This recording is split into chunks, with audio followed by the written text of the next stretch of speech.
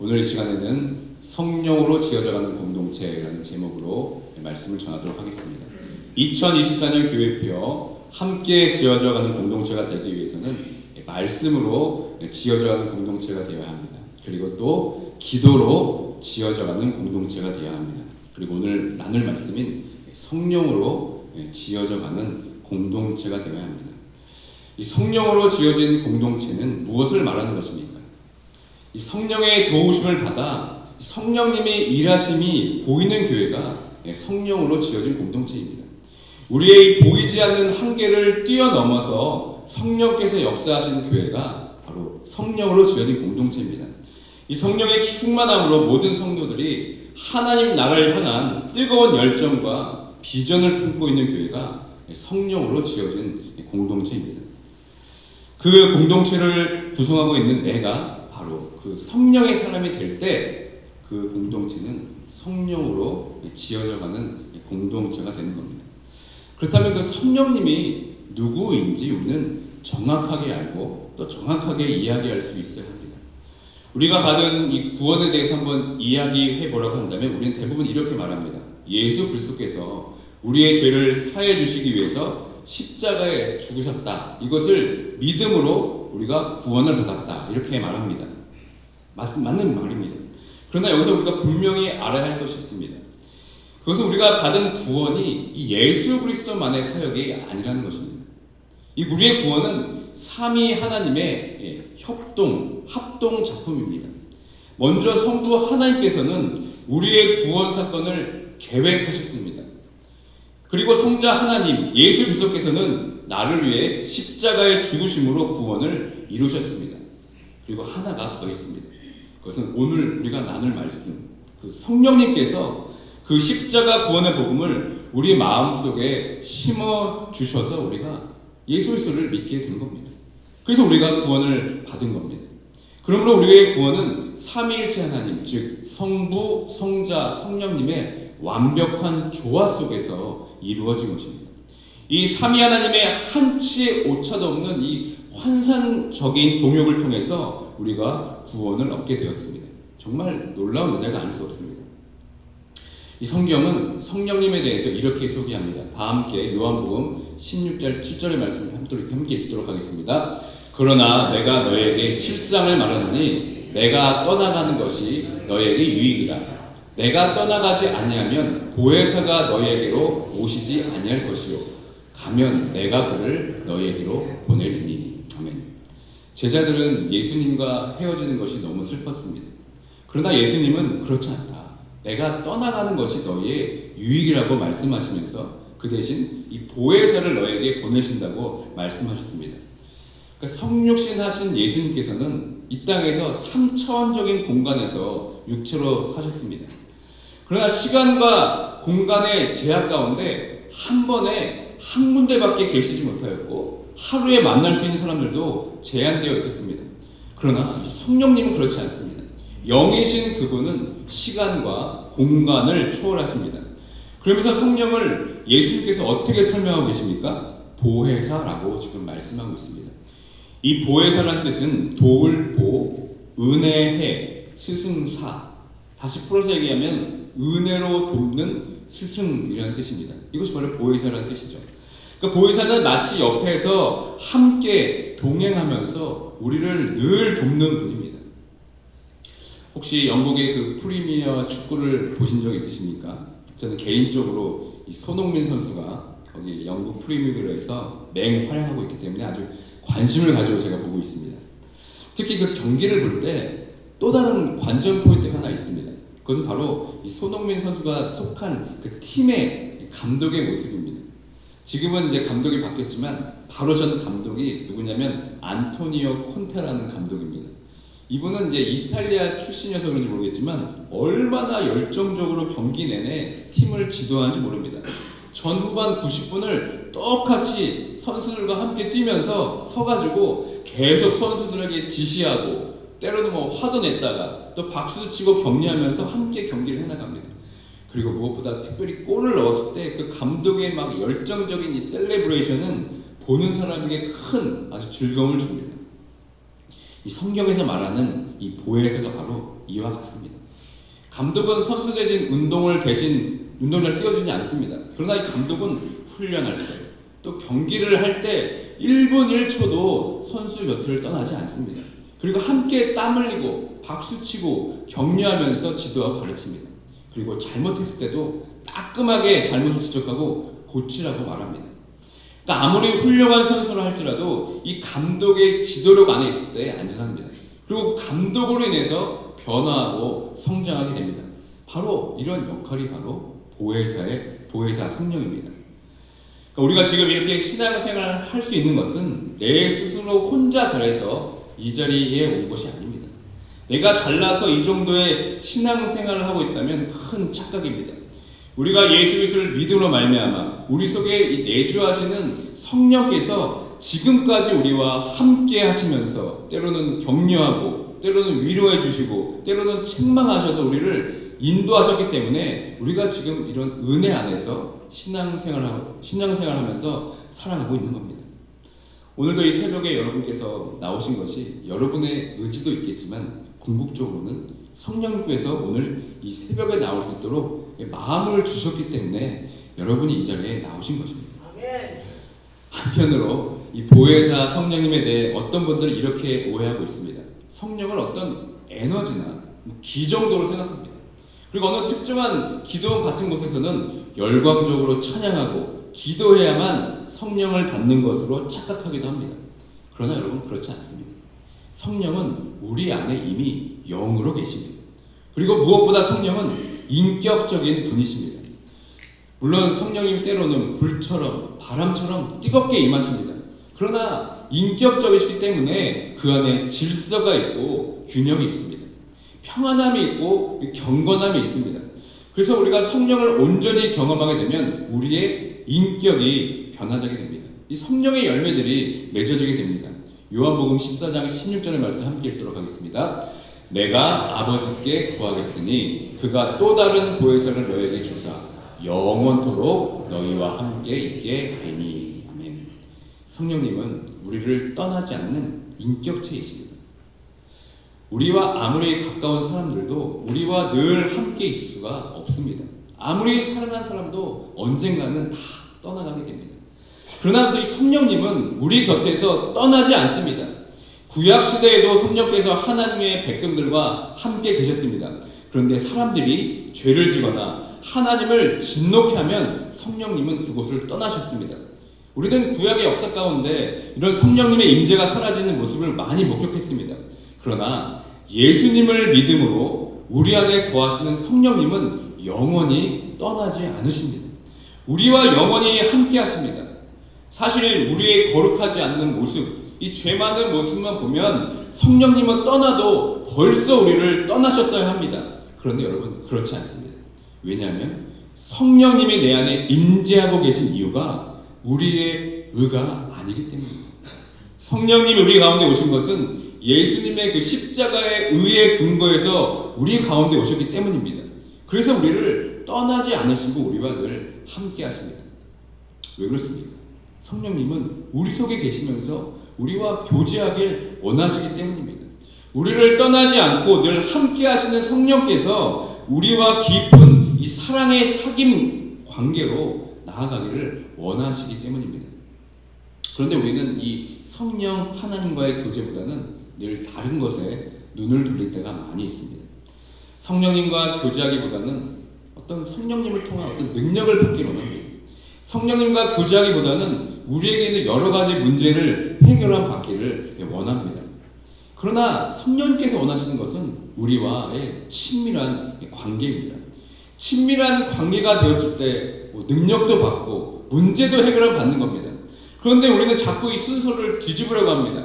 친밀한 교제 없이 하나님의 능력을 받기를 원하고 친밀한 교제 없이 문제만 해결을 받으려고 합니다. 우리 안에 성령님께서 인격적으로 계시고 우리를 떠나지 않고 영원히 함께 하시는 가장 큰 이유는 우리와 사랑의 교제를 나누길 원하시기 때문입니다. 그러므로 성령의 사람이 된다는 것은 무엇보다 하나님과 깊이 교제하는 삶을 사는 것을 의미합니다. 다시 한번 이 보혜사 성령님이 우리 안에 계시고 또 떠나지 않으시고 우리와 동행하고 계심을 믿고 그 성령님과 깊은 사귐 가운데로 나아갈 수 있는 모두가 되길 주님의 이름으로 축원드립니다. 우리가 성령에 대해서 자주 말할 때 하는 단어들이 있습니다. 그 중에 대표적인 것이 바로 성령 세례 그리고 성령 충만이란 말입니다. 여러분들은 이 두 가지에 대해서 잘 구별해서 설명하실 수가 있겠습니까? 먼저 성령 세례는 성령님이 내게 임하는 것을 말합니다. 이 성령 세례는 내가 내적으로 회개하고 완전하게 죄를 용서받은 후 거듭나는 체험이 바로 성령 세례입니다. 그런데 중요한 것이 하나 있습니다. 이 성령 세례는 받는 것입니다. 내가 노력해서 얻는 것이 아니라 하나님의 주시는 이 성령 세례를 받는 겁니다. 이것은 오직 하나님의 은혜로만 가능합니다. 성령 세례를 받는 것은 100% 수동적입니다. 그러므로 성령 세례는 내가 받고 싶을 때 받는 것이 아닙니다. 하나님의 때에 하나님의 방법으로 임합니다. 그러므로 성령 세례의 주도권은 내가 아니라 바로 하나님이십니다. 그러므로 성령 세례는 하나님의 은혜로 주어지는 것이기 때문에 나의 노력이나 재능으로 혹은 기술로 받는 것이 아닙니다. 간혹 어떤 집회를 보면은 소개하는 광고를 들으면 이렇습니다. 성령을 받는 무슨 기술을 가르친 듯한 뉘앙스로 그 집회를 홍보하는 것을 보게 됩니다. 그러나 이것은 잘못된 것입니다. 성령 세례는 우리의 불완전함을 넘어주시는 하나님의 은혜입니다. 다시 말해 죽을 수밖에 없는 죄인을 의인으로 칭해주시는 전적인 하나님의 은혜이고 하나님의 선물입니다. 이것은 나의 죄를 자복하고 진정으로 회개할 때 하나님께서 부어주시는 것입니다. 혹시 이 자리에 정말 성령 세례를 받기 원하시는 분이 계십니까? 정말 성령 세례를 경험하기 원한다면 먼저는 간절한 마음이 있어야 됩니다.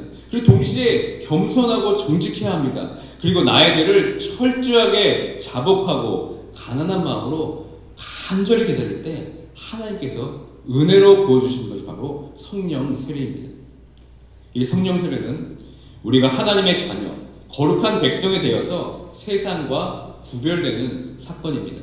성령 세례는 단 이례적인 사건입니다. 평생에 단 한 번 일어나는 것입니다. 그러니까 진정한 그리스도인이 된다는 것은 눈에 보이는 어떤 등록 절차를 밟고 교인이 되는 것이 아닙니다. 진정한 회개를 통해서 성령 세례를 받아서 구원의 확신 가운데 살아가는 것이 진정한 그리스도인입니다. 성령 세례를 받게 되면 인격이 변화되는 축복을 누리게 됩니다. 성령님은 인격체입니다. 그러면 성령 세례를 받으면 우리의 인격도 성령님께 영향을 받게 되어 있습니다. 우리 안에 죄로 깨어진 하나님과의 형상을 회복시켜 주시고 속사람을 변화시켜 주시는 것이 바로 성령님이십니다. 그 결과 우리 삶 가운데 성령의 열매를 맺게 되고 성품이 변화되는 축복을 경험합니다. 그리고 우리에게 성령의 열매를 계속해서 맺게 하십니다. 이것은 예수님을 구주로 영접했을 때부터 시작돼서 평생을 지속되게 되는 것이죠. 이때 가장 필요한 것이 무엇입니까? 그것은 바로 성령 충만입니다. 다 함께 에베소서 5장 18절의 말씀을 함께 읽도록 하겠습니다. 술 취하지 말라. 이는 방탕한 것이니 오직 성령으로 충만함을 받으라. 아멘. 우리가 읽고 있는 이 개역 개정 성경에서는 오직 성령의 충만함을 받으라 이렇게 되어 있습니다. 그러나 영어 성경을 보면 be filled with the Holy Spirit 이렇게 되어 있습니다. 그러니까 다시 말해 성령 충만을 받으라가 아니라 성령 충만하라. 이것이 더 원문에 가까운 번역입니다.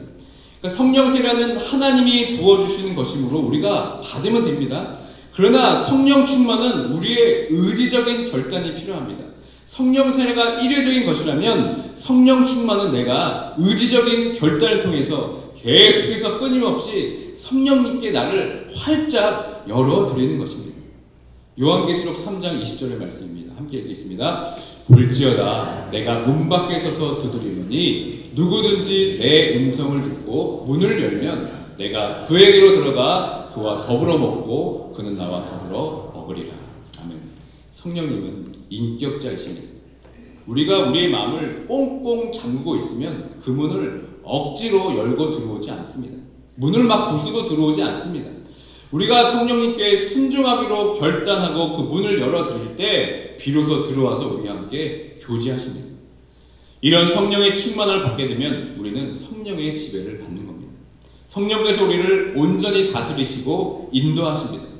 그리고 계속해서 우리와 교제하시면서 끊임없이 말씀하십니다. 그리고 나의 삶 전체를 세세하게 간섭하시고 인도하십니다. 그러므로 여러분, 성령 충만을 더 쉽게 정의하면 무엇입니까? 막 뜨겁게 기도하고 뜨겁게 찬양하고 막 뜨거운 이것이 아닙니다. 우리 안에 계신 성령님께 우리에게 말씀하실 때마다 네라고 순종하는 것이 바로 성령 충만입니다. 많은 그리스도인들이 성령의 능력을 부인하지는 않습니다. 성령을 인정합니다. 그런데 무엇이 문제입니까? 내 선입견, 내 경험, 내 지식 등으로 성령의 능력을 제한합니다. 그렇기 때문에 성령 충만을 계속해서 지속해 나갈 수가 없는 겁니다. 기독과 영성가인 헨리 나우엔이 성령 충만에 대해서 이렇게 정의하였습니다. 영성은 항상 성령님이 내 삶에 간섭하실 수 있도록 하는 것, 이렇게 말했습니다.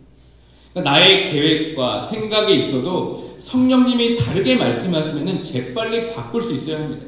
성령의 충만한 가운데 있다면 우리는 항상 하나님께 즉각적으로 설득당해서 순종할 수 있어야 합니다. 우리 주변을 보면 무엇을 부탁할 때 편한 사람이 있고 그렇지 않은 사람이 있습니다. 저분은 누가 뭐래도 내 부탁을 잘 들어주실 거야 하는 분이 있는가 하면 어떤 분에게는 무엇을 부탁하기가 참 어려운 분들이 계십니다. 여러분, 그 기준이 무엇입니까? 바로 이 관계입니다.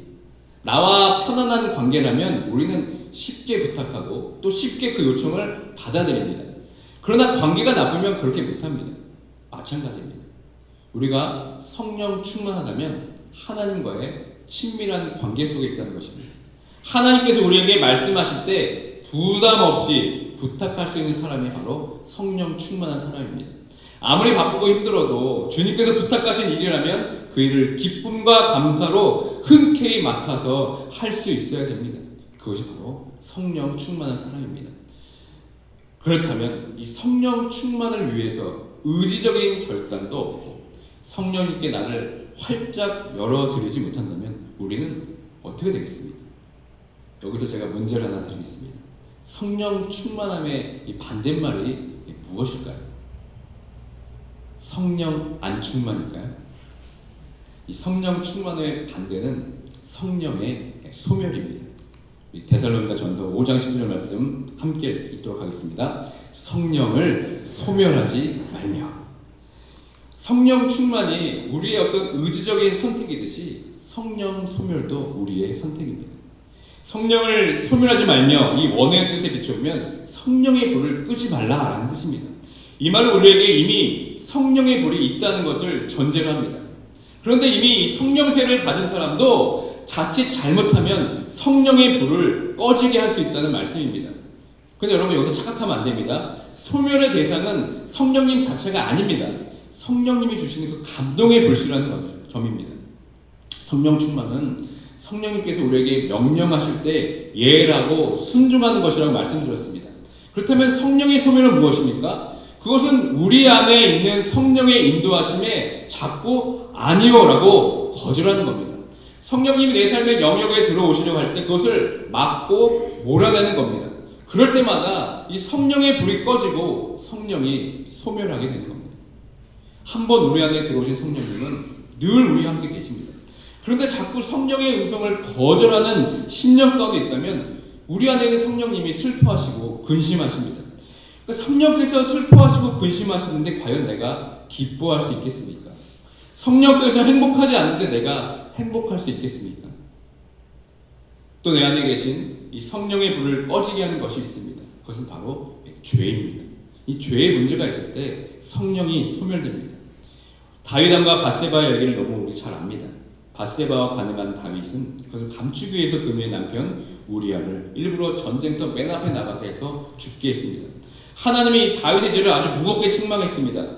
무엇보다 다윗 왕에 있는 이 성령께서 분노하셨고 슬퍼하셨습니다. 이때 다윗이 어떻게 반응하고 있습니까? 다윗은 이 꺼져가는 그 성령의 불길 앞에서 이 성령의 탄식을 듣고 통곡하며 울부짖었습니다. 그 말씀이 시편 51편 11절부터 12절의 말씀입니다. 함께 읽겠습니다. 나를 주 앞에서 쫓아내지 마시며 주의 성령을 내게서 거두지 마소서. 주의 구원의 즐거움을 내게 회복시켜 주시고 자원하는 심령을 주사 나를 붙드소서. 아멘. 우리의 구원은 잃어버릴 수가 없습니다. 왜냐하면 우리의 구원이 우리의 의가 아니고 예수 그리스도의 그 십자가의 의이기 때문입니다. 그러나 우리가 죄를 숨기고 그 죄를 자백하지 않고 방치하게 된다면 우리는 그 구원의 기쁨을 잃어버릴 수밖에 없습니다. 바로 성령의 소멸이 바로 그런 것입니다.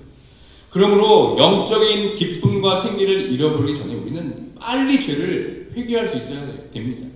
이 성령의 사람은 실수하지 않는 사람이 아닙니다. 성령의 사람은 실수 앞에서 변명하지 않고 빨리 기도의 무릎으로 나아가는 회개하는 사람이 성령 충만한 사람인 줄 믿습니다. 그리고 우리 주변에 성령의 불이 꺼져 있는 분들이 많이 있습니다. 그 꺼져 있는 심령들에게 우리가 가지고 있는 이 성령의 불을 나눠줄 수 있어야 됩니다. 내 안에 성령의 불이 있으면 꺼져가는 불도 여러분 살릴 수가 있습니다.